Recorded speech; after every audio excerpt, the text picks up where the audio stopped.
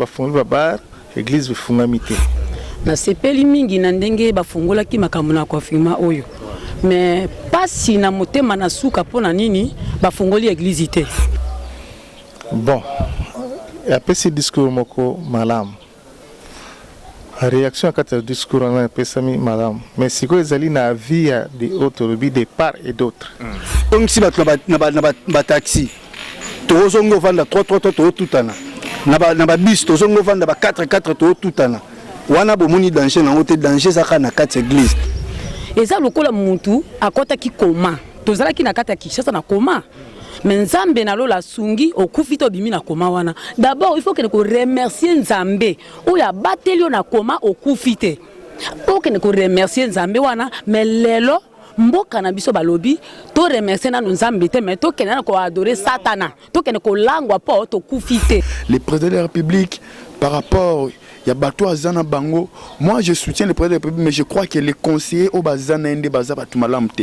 Parce qu'on pourrait parler du pasteur Roland Dalo, qui est son père spirituel. Il était un père spirituel. Il ne pouvait pas guider son fils à Salamarambo, à Saluana. Donc, si quoi place Wana, Ezali, et loko, il y a ma bêtise.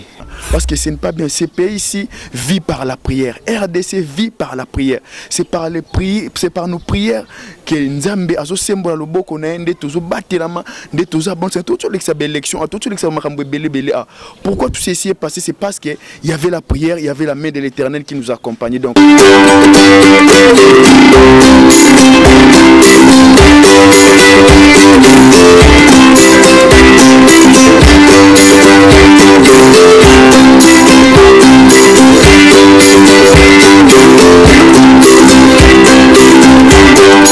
Bonjour, bonsoir, ça dépend heure à laquelle vous me captez. C'est bien moi le prof, votre humble serviteur. Je suis là à la présentation de cette émission. Le Lotoro Bela beaucoup plus Makambu Oyo Touti Koyoka, Touti Kolanda. Par rapport il y a discours, il y a président de la République démocratique du Congo, Félix Tshisekedi Oyalobaki. Suite, il y a déconfinement, il y a ville, province de Kinshasa, sur toute la République démocratique du Congo. Toroyoka, via peuple congolais, quelles sont prévention au peuple congolais, Ipsi Bango par rapport il y a discours wana Oyo Nazana, moi Namboka Oyo Nako présenté. Bonjour papa. Bonjour. Papa, oui, qu'on s'est présenté dans l'écran. Kombo Nangai, le prophète majeur Nathan Boyeka. Voilà, prophète Nathan Boyeka. Tu éviter Olandaki discours il y a président de la République lobby. Ouais, na landaki discours wana. Yo comprenez qui nini étant que Yosa Mwanamboka. Non, le discours était bien présenté. Le discours était bien présenté. Vu l'état économique actuel de la République, c'est ça qui est vraiment plus important. Il y a qu'on lever la mesure, il y a état d'urgence pour que le peuple congolais va vaquer librement dans l'activité na bango parce que tout le monde commençait à déclarer ou à pleurer par rapport il y a la crise économique, tu vois, il y avait beaucoup des activités qui étaient paralysées et la plupart des entrepreneurs sont des locataires. Alors ils ont aussi des employés qui devaient payer et comment qui est un peu difficile, comment qui est surchargé par rapport à eux. Alors le président de la République avait bien fait, il y a qu'au lever la mesure, il y a état d'urgence, bien que c'est progressif, mais c'était bon, il y a qu'au lever en haut pour nous laisser un peu respirer par rapport à la conjoncture actuelle. Voilà. Tango Kiango, quels sont le bien-être où l'État a préparé par rapport à des confinements? Non, le déconfinement a été bien fait. Mais au moins, l'État a prévoir. Non, pour la population. Il n'a rien prévu pour la population. Il a seulement. Le président a pour répondre à besoin il y a peuple congolais par rapport à des mesures qu'on levait en haut. Mais si ma réaction pourrait aller en droit du président de la République, je toucherai beaucoup plus son entourage et les gens qui font l'étude par rapport à ça. Au Moni, on parle de cette maladie, parce qu'on dit que le monde est en guerre contre un ennemi invisible, qui est cette maladie de la pandémie à coronavirus. Mais maintenant, on nous avait demandé pour éradiquer cette maladie, pour éviter la propagation de cette maladie, on devait respecter barrières, mesures sanitaires ou barrières ou d'autorité. Il y a mboka bapesa kibiso na OMS. Il y a la distanciation sociale, de ne pas se saluer main à la main, toujours porter nos masques de cache-nez, laver plusieurs fois le main, tu vois. Et ça qui ba mesure bien il faut tout respecter en haut. Mais lorsque le président de la République a décidé de lever en haut, mais pourquoi saluer en haut progressivement? Mon plus grand regret est qu'ils ont commencé d'abord par autoriser biloko ezali ti ba ko sala nguma le public peut-être en mesure de respecter gestes barrières wana. Par exemple, prenons le cas besoin ti ba bar ba terrasse, tu vois, les gens quand ils sont là meli masanga meli langwe. À ce moment, ils n'ont pas besoin, ils ne savent même plus respecter la mesure. Au moment où il y aura des accolades, vous comprenez? Les gens vont commencer à se parler ou à discuter sans pourtant porter des cachinets, tu vois. Or, ils ont la sous locaux, ce qui réellement dit que maladie est occasionnée maladie. Mais par contre, s'ils avaient commencé par l'église, or nous l'église, nous sommes des personnes responsables. Premièrement, nous sommes des responsables. Tant que l'église est Toto Sambela, dans nos portes, il y a entrée à l'église, peut-être il y aura 4-5 sauts, il y a au Sokola Maboko, et on va obliger nos fidèles avant d'entrer, et nous aurons même des thermomètres laser pour prélever la température, il y a avant quota. Et puis, si on continue à l'auditoire de l'église, la classé par rapport, il y a distanciation sociale qui est demandée. Mais les lois n'attamboli, car les lois n'attamboli na babar. Na leki na babar, batandi bakiti ya bango kaka ndenge batandaka. Batwazana, neti lelo na leki kaka kalami te na leki côté batwazana mo ngumeza ke belé na nyangwe wana na lingwala kuna. Je vis les gens déjà na moyi batwa sangani déjà belé bazo mela daba masangana bi. Voilà maintenant ce que le gouvernement fait.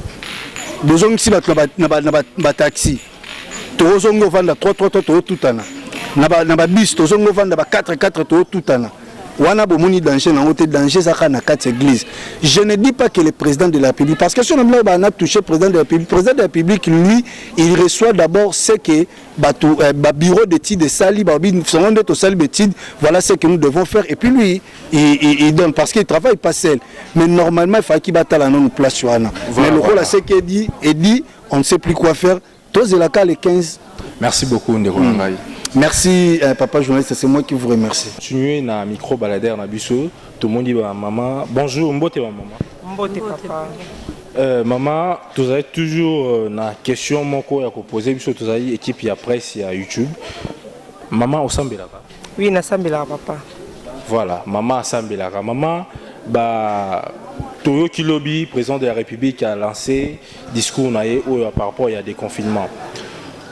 Autorisé barizonga mais l'église et kangami pona yo etant que osambela ko monya ndenge ndenge président de la République a lobby na moni yango mabete mais o esali neti ngai pasi falaki abana kozonga sala no l'église to senga nzambe merci na ndenge malade kotaki na mboka to moni bakufi ebele penza te bato babiki bato batamboli tozotambola tozoseka malgré bamaladi wana balobiki bamboka mosusu ebomi bato ebele falaki kozongisa nano église mpo tobanda kosenga nzambe liboso merci mais na kamwe bazongisi déjà babar baboîte baplace ebele moya koloba eza te wana yo sepeli te nga na sepeli na nga nango vraimen te.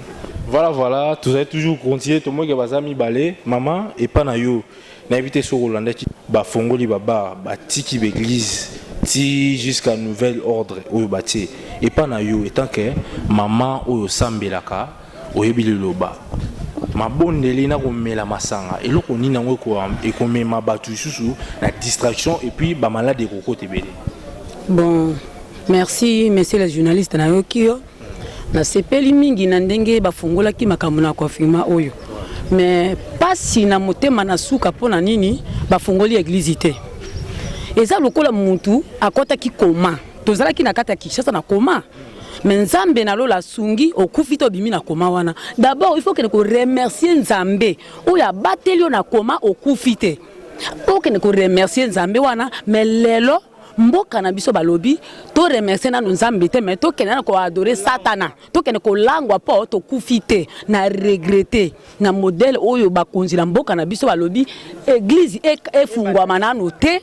Ça fait ba pesi Satana droit liboso bazongisi Jésus Christ na sima biso ba oyo to sambelaka pesi biso pasi, mais na pasi na biso ata bazongisi église sima Nzambe alongoli kati na biso te, toza toujours kati na Yesu Masia tokobanga ngote tozo zela kaka nouvel ordre na bango tozo talela bango kaka. Merci maman.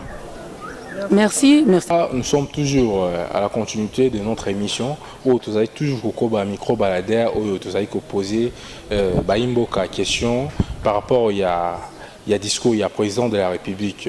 Bonjour Ndeko. Ah bonjour papa. Comment on a Ah kombo nangai frère Gustave. Frère Gustave, j'espère que vous savez là. Oui, nous sommes dans l'église Les Rachetés de Christ, où ils allaient au Kamba, mais pas à apôtre Tchibin, Gilles Toussaint Tchiban, mon pasteur que j'aime beaucoup. Oui, côté à l'écran. Frère Gustave, par rapport il y a discours, il y a président de la République, j'espère que l'on a tiango, bah mesure où il va tenir, il est temps pour Sambilaka, ko bimisa, bah bar et bah ko sala l'église et bah ko journal temps mort, yo munyanguning. Non, je suis vraiment mécontent de ça. Dans ces pays, parce que le président de la République, ces pays ici, les pays chrétiens, pays ceux qui ont commis boé et Zanzambe, ceux qui ont moni lelo et Zanzambe. Mais le président de la République, par rapport il y a bateau à Zana Bango. Moi, je soutiens le président de la République, mais je crois que les conseillers au Bazana Ende Baza Batumalamte. Parce qu'on pourrait parler du pasteur Roland Dalo, qui est son père spirituel. Il était un père spirituel. Il ne pouvait pas guider son fils à Salamarambo, à Saluana. Parce que ce n'est pas bien. Ces pays ici vivent par la prière. RDC vit par la prière. C'est par les prières, c'est par nos prières que Nzambe a sembo le boko na ende tozo batelama de tozo bon c'est tout l'élection tout makambo belé. Pourquoi tout ceci est passé? C'est parce que il y avait la prière, il y avait la main de l'Éternel qui nous accompagnait. Donc l'idée du président de la République d'ouvrir d'abord les bars en premier lieu et de laisser les églises à côté, ce n'est pas du tout bon. Mon général Sonic Afuta, vous qui êtes à la charge de l'église des réveils, je vous en supplie vraiment, l'andela likambo de près parce que ce n'est pas du tout bon. Bafungola babar mais batika l'église. Pourquoi on doit laisser les églises comme ça? Parce que l'église des ezo couvrir mboka na protection bonzambe. Église des ezo batela mboka. Donc église des ezo sunga mboka na makambo ebele. Et pourtant bar ezo mabatu na kati ba ambiance na kati ba loyenge, ba sentiment moko inutile, ba zeme ezo kota ba bêtises ezo salema.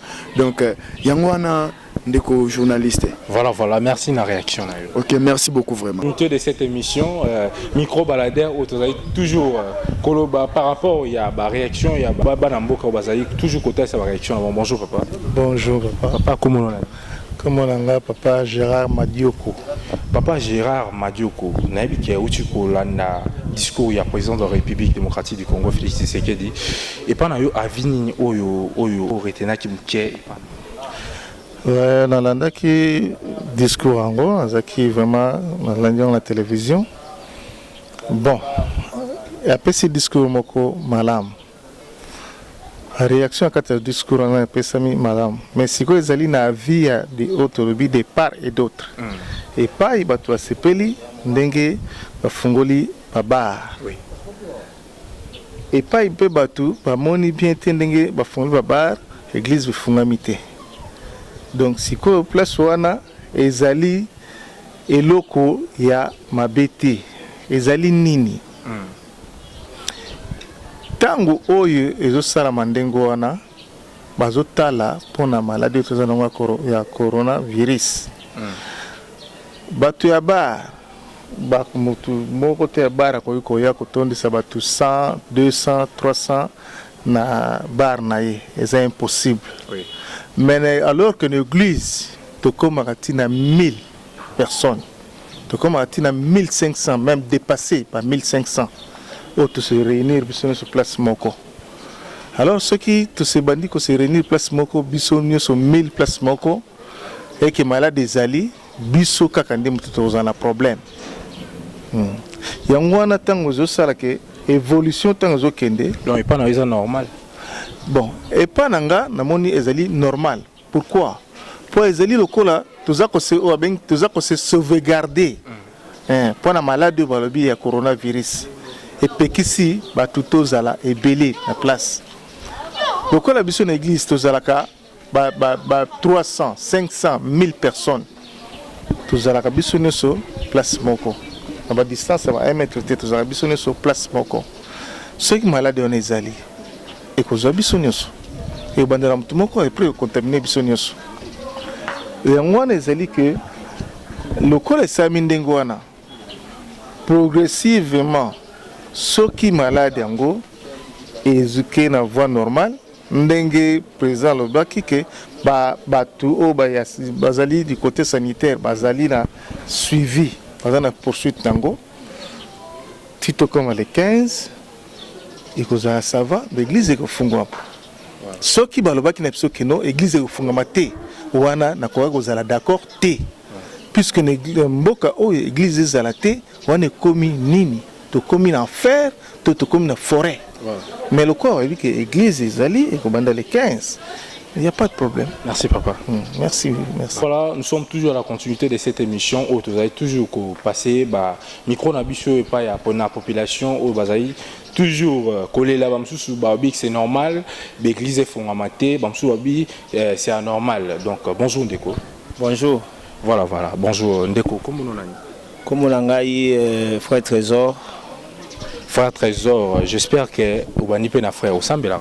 Ouais, tout ça, mais là, sans Zambé, mon boulot, il faut ça, mais là. Réaction par rapport au discours du président de la République démocratique du Congo, Fachi, où Aoutaki Koloba, et ça dit pas même 24 heures du temps, et pas na yo ni déconfinement, il y a la République démocratique du Congo, mais Bastille pose par rapport au état de l'église, mais Tiki Baba ouvert, yo mon bon, na CP là qui na discours il y a chef de l'État. En principe, période il y a état d'urgence, oui, il y a des violents droit et propriété, droit des personnes, loi fondamentaux. Sur le plan du droit, je pense que les juristes vont comprendre. Oui. Alors, étant donné que, oui, et ça vraiment indépendamment de la volonté à chef de l'État, c'est bon, ils allaient par rapport à la circonstance il fallait décréter état d'urgence parce que comme il a violé le droit et la loi fondamentale. Oui. Et parmi les lois, le droit d'aller et de revenir. Droit et culte, c'est constitutionnel.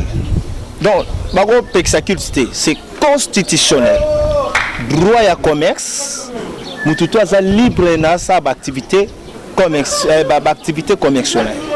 Alors, et lorsqu'on a eu regret Makassi, comment? Le chef de l'État a chrétien. Et puis, Malaliboso, chef de l'État, président chrétien,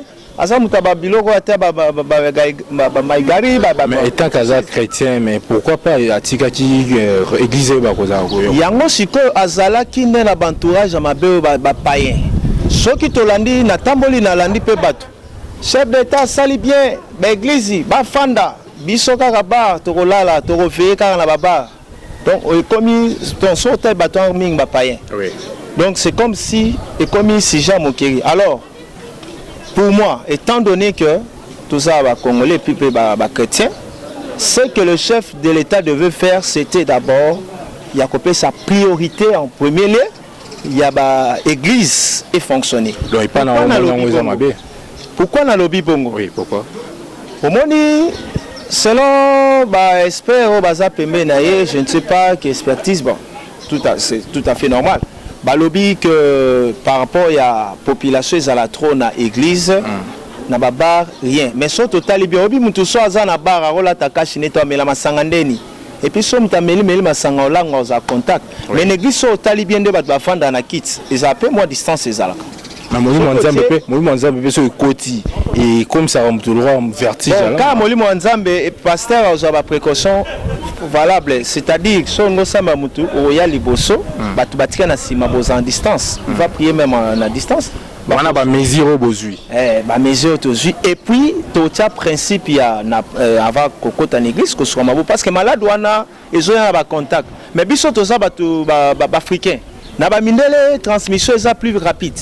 Na biso ba noir est un peu difficile par rapport. To mone me ba max belé sami ba sangani belé mais to quitter ba daye na ba bloc wana tout. C'est-à-dire toza ba anticorps mo malade na forme malaria. Alors na quatre églises to disposer que mututu azana cache né et puis mututu il faut sur maboko. Pas sur maboko à toi 6 millions mutu. Hein? Au 6 000 mutu mo pesa mutu ba infection ba mikoba nezati. Donc elo kaliboso angaka beta c'était ya église ngala trouvaki bien que ceux qui bazaki solution normale et rapidité il fallait bazela na baba ceux qui bazela na baba comme ça délai o ba ngaba zo ba disposition générale pour na église zo nga pour ba bandana na église. Voilà merci Nego. Parce que ce n'est pas bien. Ce pays ici vit par la prière. RDC vit par la prière. C'est par nos prières que Nzambe azo sembola loboko na ende tozo batelama de tozo bon c'est tout l'ex élection tout l'ex makambo belé. Pourquoi tout ceci est passé? C'est parce que il y avait la prière, il y avait la main de l'Éternel qui nous accompagnait. Donc